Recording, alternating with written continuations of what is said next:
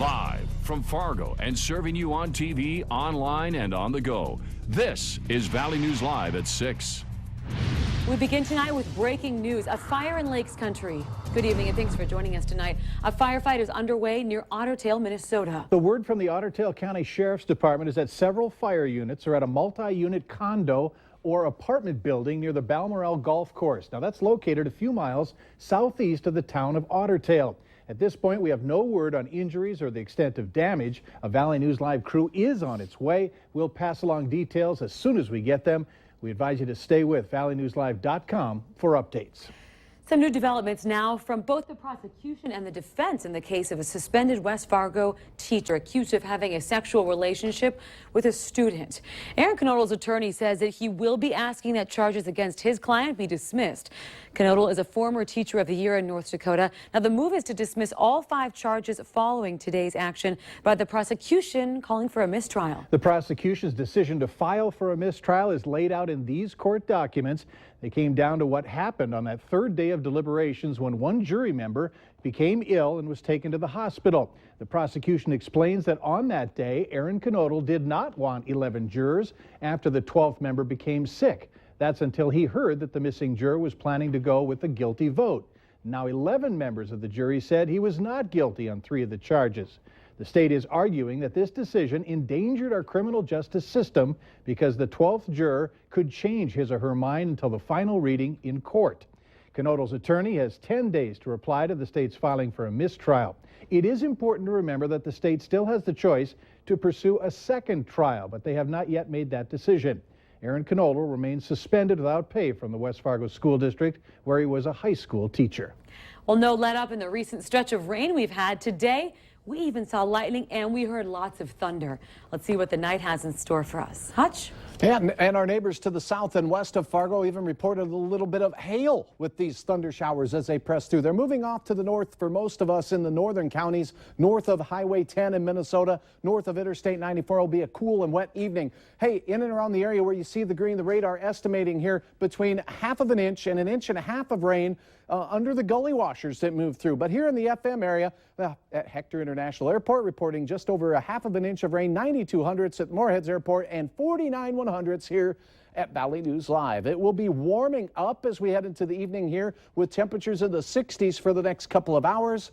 More rain is in the forecast for your Thursday. I'll have the soggy details in just a few minutes. Well, we wanted that rain and we got it. We definitely did. Thank you, Hutch. Our cool, wet weather brings some good news and bad news for farmers and gardeners. Current rainfall amounts and chances for more could break drought conditions across much of our region. However, unless your garden is located in a greenhouse like this one, the experts say it's too early to plant your tomatoes. Garden experts say a lot of people were fooled by our warm April and planted tomatoes, which wound up freezing. Plant your tomatoes, yeah. I always say that you should wait until Memorial Weekend. Our last average frost date is May 25th, and you should not put out tomatoes or peppers before that time. The National Weather Service does have a map showing the average last frost dates for towns across our region. We have a link to it. You can go to our website, valleynewslive.com, and click on this story. Well, after great destruction in Nepal, the Better Business Bureau wants to make sure you're aware of some scams regarding collecting money over social media. Scam artists are creating all kinds of fake pages, claiming to support recent victims and encouraging you to donate money. The BBB recommends be cautious when you give online, and if you want to give to a charity, do that, but go directly to their website.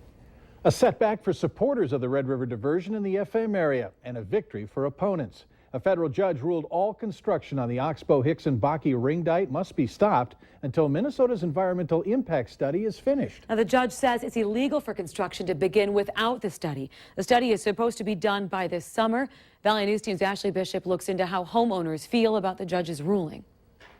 A mixture of emotions over the stoppage of a ring dike. Kevin Bringer lives across from the dike in Minnesota. He opposes the project and feels the Diversion Authority Board does whatever they want. There's a due process and an order of events for every project that goes on and any kind of construction, and the way that this one has been ramrodded, for lack of a better term, is very similar to most of the rest of the diversion in my own opinions. But supporters see it differently.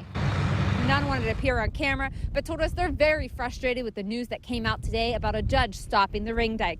They say they just want to see the project be built. It's a disappointing ruling for all of the work that we're doing, but the real impact is felt with the people of Oxbow who are trying to get on with their lives. Diversion Authority Chairman Darrow Vanyu says they are still looking into if all or just part of the project must be stopped. We have to determine exactly the ruling, which we fear may be that it's any and all things. Vanyu explains the current stoppage does slow down the spending of tax dollars. It slows down our expenditures, which, I'm not going to suggest that we're happy about that, but nonetheless, it moves it to be spent elsewhere. Opponents of the project say this just proves the authority needs to slow down and wait for the environmental impact study. Joint Powers Authority board member Nathan Berthseth says the Diversion Authority has already wasted enough tax dollars. And if they continue to move forward and continue construction, they're going to spend tens of millions more dollars that might be a huge gamble that might be wasted. In Cass County, Ashley Bishop, Valley News Live. Now, Vanyu says the authority will continue working on flood protection in the Fargo area, possibly appeal the judge's decision. The Oxbow Ring Dike project is only 1/4 completed, and Minnesota's environmental impact study is due out this summer. The Fargo School District has changed course and has recognized 2 anti-abortion clubs. The decision to allow the clubs at Davies High School in Fargo North came after a law firm representing the group Students for Life of America served the district with 2 demand letters.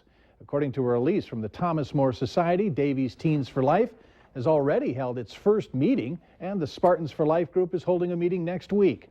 Fargo School District had originally decided to classify the clubs as outside agencies rather than approving them as official school clubs.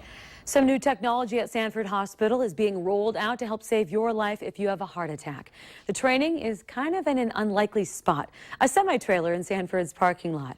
As for the device, it's called the Impella, and though it's been around for about 5 years, it's much improved. The people at Sanford who deal with heart attacks are getting a course in all of its intricacies.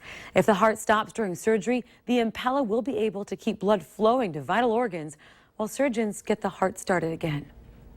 Brewers, beer lovers nationwide, this is your week. It's American Craft Beer Week. And recent data shows at least one microbrewery is opening every day. But with a failure rate as nearly as 50%, it's often difficult for microbreweries to separate work and play. Valley News Team's Bradford Eric takes a look at how it can be difficult for the rising craft beer culture to get going in the area. A couple of them have closed up shop after operating for 2, 3, 4 years. You won't find Junkyard Brewing's beers many places outside of their Moorhead tap room. But when Junkie and his brother decided to go commercial, it was eye-opening. True scope of everything that's out there that you have to get done to run a business and pay your taxes and then get all those regulations taken care of and all those licenses in place. We didn't even know what all of them were when we started. Their approach, meet the challenges as they came. The Brewers Association says microbrews and craft beers soaked up an 11% share of the U.S. beer market last year, raking in almost $20 billion. Yet some just can't sober up. And I think the temptation for a lot of people in this industry is to have too much fun and not do enough business, so you have to be motivated in the right ways. You want to ruin a perfectly good hobby and start going professional. It's a big capital outlay up front. The equipment you're talking about, it's going to be, in the tens of thousands of dollars just to get started. The Fargo Brewing Company exploded on the FM craft beer scene in 2013, and they've been pouring ever since. But again, it was putting in long hours that paid off. And then the time involved, you're going to be, working without a salary for years to get this thing off the ground. It's safe to assume it's been a success for both Fargo Brewing and Junkyard Brewing. With a meadery and some distilleries coming later this year, the FM area could become a hub for booze lovers all over.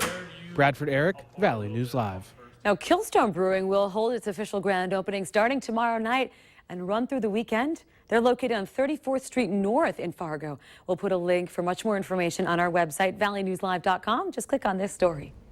The Fargo Marathon is over, but another marathon took center stage in downtown Fargo today. It was a marathon of hope. It's the TNT All Abilities Relay. TNT Kids Fitness of Fargo works with children of all ages and abilities and aims to help them learn about the experiences and benefits of physical fitness. Today, a young man was the focus of this relay. Justin is his name, 19 years of age. He has cerebral palsy. And today, with help from about a dozen other TNT athletes in this special relay, he crossed the finish line on his own. He had a little setback about a month and a half ago, and so he hasn't been able to use his gait trainer at all for the last month and a half. And for him to come out here and walk to, his half a block, it was really inspiring for myself, and I'm sure for a lot of other individuals that got to watch. TNT is in the middle of a fundraising campaign to double the size of its building. They're aiming to raise something over $5.5 million and are just over 3/4 of the way there. And congratulations to Justin for accomplishing that. And he did it in the rain. Oh, yes, very good. That's Very impressive. good. Well, later on Valley News Live at 6, what small town in Minnesota is serving up some pretty big flavor?